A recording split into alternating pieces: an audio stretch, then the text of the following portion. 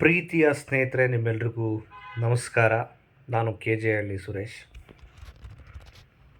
CT Ravi ವಿಧಾನ ಪರಿಷತ್ ಸದಸ್ಯ ಅವರ ಈ ಸ್ಟೇಟ್ಮೆಂಟ್, ಎದೆಸಿ ಹೇಳಿದರೆ 3 ಅಕ್ಷರ ಇಲ್ಲ, ಮುಲ್ಲಾನಿಗೂ ನೀಟ್ಗೂ ಏನು ಸಂಬಂಧ? CT ರವಿ ಅವರೇ, ನೀವು ಬದಲಾಗಲ್ಲ ಅಲ್ಲ? ನಿಮ್ಮ ತಲೆಯಲ್ಲಿ ವಿವೇಕ ಇಲ್ಲ ಅನ್ಸುತ್ತೆ. ಬರೀ ಕೋಮುವಾದ, ಬರೀ ಮುಸ್ಲಿಂ ದ್ವೇಷ. ಮನುಷ್ಯರಾಗಿ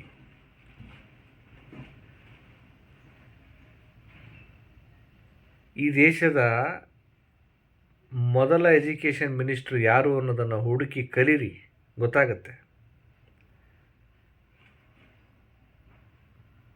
ಆಮೇಲೆ ಮುಸ್ಲಿಂ ಹೆಣ್ಣುಮಕ್ಕಳು, ಮುಸ್ಲಿಂ ಸಮುದಾಯದ ಗಂಡು ಮಕ್ಕಳು ಕೂಡ ಉನ್ನತ ಎಜುಕೇಷನನ್ನು ಪಡಿತಾ ಇದ್ದಾರೆ. ನೋಡಿ, ಕಣ್ಣು ಬಿಟ್ಟು. ಡಾಕ್ಟರ್ APJ ಅಬ್ದುಲ್ ಕಲಾಂ, ನೀವು ಯಾವತ್ತಾದರೂ ಅವ್ರನ್ನ ಒಂದು ಸಮುದಾಯಕ್ಕೆ, ಮುಸ್ಲಿಂ ಸಮುದಾಯಕ್ಕೆ ಸೀಮಿತ ಮಾಡೋಕ್ಕಾಗತ್ತಾ? ಎಂತೆಂಥ ಮಹನೀಯರಿದ್ದಾರೆ, ಅವ್ರನ್ನೆಲ್ಲ ಜಾತಿಗೆ, ಧರ್ಮಕ್ಕೆ ಕಟ್ಟಿ ಹಾಕೋದಕ್ಕಾಗತ್ತಾ? ಏನ್ರಿ, ಈ BJP ಹಣೆ ಬರನೇ ಇಷ್ಟ. ಈ BJP ಪಕ್ಷದವರ ಹಣೆ ಬರಹ, ಅವ್ರ ಬಾಯಲ್ಲಿ ಈ ಮುಸ್ಲಿಂ ದ್ವೇಷ, ಪಾಕಿಸ್ತಾನ, ಹಿಂದೂ ಧರ್ಮ, ರಾಮ ಮಂದಿರ ಇವು ಬಿಟ್ಟು ಬೇರೆ ವಿಚಾರಗಳಿಲ್ವ?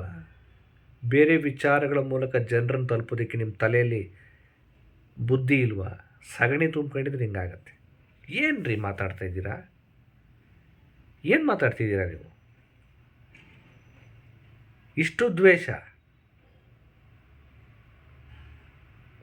ಮುಲ್ಲಾನಿಗೂ ನೀಟ್ಗೂ ಏನು ಸಂಬಂಧ? ಯಾಕೆ ಮುಲ್ಲಾರು ಮನುಷ್ಯರಲ್ವಾ?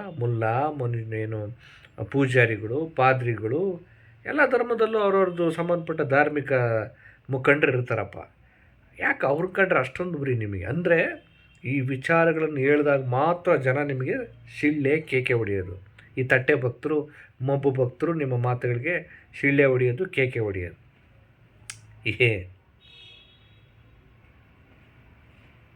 ಈ ದೇಶದ ಪ್ರಧಾನಿ 12 ಗಂಟೆಯಲ್ಲಿ ಮಧ್ಯರಾತ್ರಿಯಲ್ಲಿ ತಲೆ ಕೆಟ್ಟು ಕಾಕ್ರೋಚ್ ಹೋರಾಟಗಾರರ ಪ್ರತಿಭಟನಾಕಾರರ ಯುವಶಕ್ತಿಯ ಹೋರಾಟಕ್ಕೆ ಬೆಚ್ಚಿ ಬಿದ್ದು ರಾತ್ರೋರಾತ್ರಿ ವಿಡಿಯೋ ಮಾಡ್ತಾರೆ ಅಂದರೆ ನೀವೆಲ್ಲ ಅರ್ಥ ಮಾಡ್ಕೋಬೇಕು, ನಿಮ್ಮ ಅವನತಿಯ ದಿನಗಳು ಶುರುವಾಗಿವೆ ಅಂತ. ಯಾಕೆಂದರೆ ನಿಮ್ಮ ದುರಾಡಳಿತದಿಂದ ಬೇಸತ್ತ ಜನರು ಸ್ವಯಂ ಪ್ರೇರಿತವಾಗಿ ನಿಮ್ಮ ಸರ್ಕಾರದ ವಿರುದ್ಧ ಮುಗಿಬಿದ್ದಿದ್ದಾರೆ, ರಾಜೀನಾಮೆ ಕೇಳ್ತಿದ್ದಾರೆ. ಬರೀ ಧರ್ಮೇಂದ್ರ ರಾಜೀನಾಮೆ ಅಲ್ಲ, ಮೋದಿ ರಾಜೀನಾಮೆ ಕೊಟ್ಟು ನೀವು ಮನೆಗೆ ಹೋಗಿ ನಿಮ್ಮ ಆಡಳಿತ ಬೇಡ ಅಂತ ಹೇಳ್ತಿದ್ದಾರೆ. ಅದಕ್ಕೆ ಉತ್ತರ ಕೊಡೋ ಯೋಗ್ಯತೆ ಇಲ್ಲ ನಿಮಗೆ. ಆ ಮಾಡಿರೋ ವೈಫಲ್ಯಗಳನ್ನು ಒಪ್ಕೊಳ್ಳೋ ಯೋಗ್ಯತೆ ಇಲ್ಲ, ಸಾಮರ್ಥ್ಯ ಇಲ್ಲ. ಕೊನೆ ಪಕ್ಷ ಒಳ್ಳೆ ಪರೀಕ್ಷೆ ನಡೆಸೋ ಸಾಮರ್ಥ್ಯವೂ ಇಲ್ಲ. ಹೇಳ್ತೀರಿ ಎದೆಸಿ ಹಿಡಿದ್ರೆ 4 ಅಕ್ಷರ ಇಲ್ಲ. ಅವ್ರು ಯಾರೋ ತೇಜಸ್ವಿ ಸೂರ್ಯ ಹೇಳ್ತಾರೆ ಪಂಚರ್ ಹಾಕೋರು ಅಂತ. ಏನು ಮುಸ್ಲಿಂ ಸಮುದಾಯ ಪಂಚರ್ ಹಾಕೋದೇನು ಗುತ್ತಿಗೆ ತಗೊಂಡಿದ್ದ? ಆಯ್ತಪ್ಪ, ಪಂಚರ್ ಹಾಕಿದ್ರೆ ಏನು ಸಮಸ್ಯೆ? ಅದೇನು ಕಳ್ಳತನ ಮಾಡೋದೇನು ಅಲ್ವಲ್ಲ, ಬೆಂಕಿ ಹಚ್ಚೋ ಕೆಲಸ ಏನಲ್ವಲ್ಲ.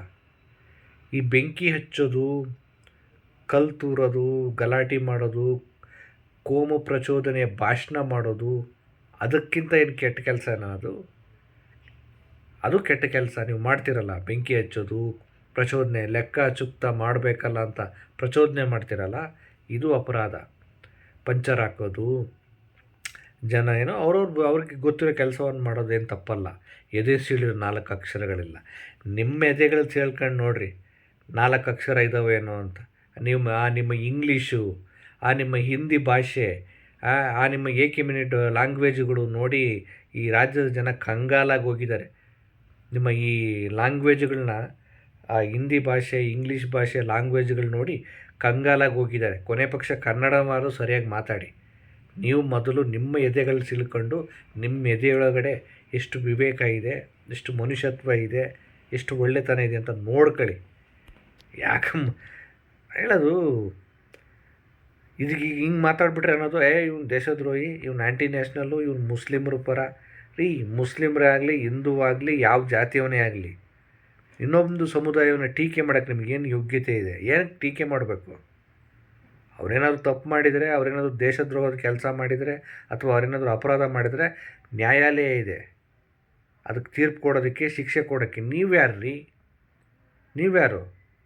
ಅದಕ್ಕೆ ತಲೆಯಲ್ಲಿರೋ ಸಗಣಿಗಳನ್ನು ತೆಗೆದಿಟ್ಕೊಂಡು ವಿವೇಕ ಇಟ್ಕೊಂಡ್ರೆ ಒಳ್ಳೆ ಮಾತು ಬರುತ್ತೆ. ಇಲ್ಲ ಅಂದರೆ ಇದೆ ಎದೆ ಸೀಳಿ, ತ್ರಿಶೂಲ ಹಿಡ್ಕೊಳ್ಳಿ, ಗಂಜಲ ಕುಡೀರಿ, ಸಗಣಿ ಸ್ನಾನ ಮಾಡಿ, ತಟ್ಟೆ ಬಡೀರಿ. ಅದೆಂಗೆ ನೀವೆಲ್ಲ ವಿಧಾನ ಪರಿಷತ್ ಸದಸ್ಯರಾಗ್ತೀರಿ? ಆ ವಿಧಾನ ಪರಿಷತ್ತಲ್ಲಿ ನೀವು ಅಸಂವಿಧಾನಿಕವಾದ ಪದಗಳನ್ನು ಬಳಸ್ತೀರಿ. ಆ ಲಕ್ಷ್ಮೀ ಹೆಬ್ಬಾಳ್ಕರ್ಗೆ ನೀವು ಬೈದಿದ್ದು. ಸ್ವಲ್ಪ ಬದಲಾಗಲಿಲ್ಲ ಅಂದರೆ ಜನ ಬದಲಾವಣೆ ಮಾಡ್ತಾರೆ. ಎಂತೆಂಥ ಒಳ್ಳೆ ಪ್ರಜ್ಞಾವಂತರಿದ್ದಾರೆ, ಅಂಥವರೆಲ್ಲ ವಿಧಾನ ಪರಿಷತ್ಗೆ ಎಮ್ ಎಲ್ ಎಗಳಾಗಬೇಕಪ್ಪ.